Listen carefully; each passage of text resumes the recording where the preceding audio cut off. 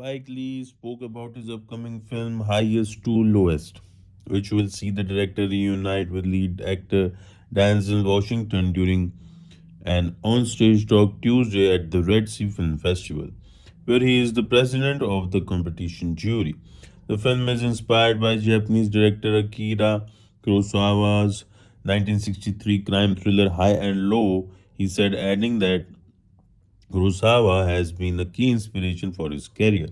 From She's Gotta Have It onward, in High and Low, an executive of a Yokohama shoe company becomes a victim of extortion when his chauffeur's son is kidnapped by mistake and held for ransom. Lee said that attending NYU Film School opened his eyes to filmmakers like Kurosawa, who introduced him to new approaches to story structure.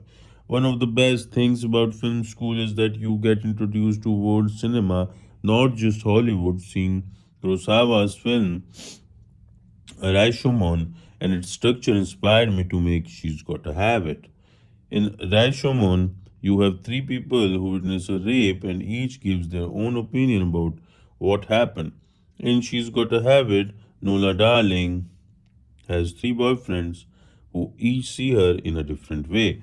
From the very beginning of my career, I was influenced by Kurosawa, teaming up with Denzel Washington for their fifth film together and their first since Inside Man made 18 years ago. He described the collaboration as the dynamic duo and explained that both their families are also very close.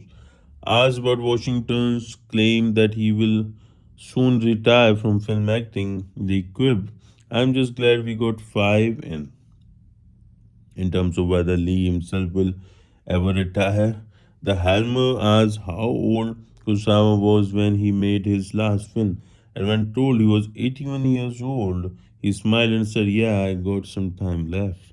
He provided few details about highest to lowest, which is inspired by the Japanese director's 1963 crime thriller High and Low, but insisted that it isn't a remake. It's a reinterpretation of the great Kurosawa. Highest to Lowest is due to be released in early summer 2025 and is produced by A24 with Apple Original Films. Asked what it's like to work with Washington, Lee said, We are brothers. It's 18 years since we shot our last film together. That's a gap. But I was surprised it didn't feel that way. I'm very blessed to have worked with him on five films. We don't have to sit down and look at each other. We just do our thing. He added that it would be a crime just to make only one film with actors of the caliber of Washington or the likes of Samuel Jackson. You have to surround yourself with great artists in front and behind the camera. That said, the director also explained that he will always make sure to provide opportunities for new talent in cast and crew, emphasizing how tough it to make a career in film, especially for minorities. Eventually, the conversation shifted to Lee's Malcolm X, which shot in Saudi Arabia. According to the director, he was thrilled to be back in the country. The third time is a charm, and this won't be my last time. He said, I'm impressed how this festival has grown in 4 years and see how everyone comes together to watch films from all parts of the world. According to Lee, getting Malcolm X made almost sunk him. He recalled that one of the biggest obstacles during development was getting approval to shoot parts of the film in Saudi Arabia. This was partly because of the difficulties of getting a permit to shoot in Mecca, but also because Warner Brothers was reluctant to fund a Saudi shoot. Instead of shooting in Saudi Arabia, they said, why not shoot in the Jersey show in January? I said, hell no, and Warner Brothers shut down the film. I'd been paid $2 million and put in half my salary to make the film. So we were stuck.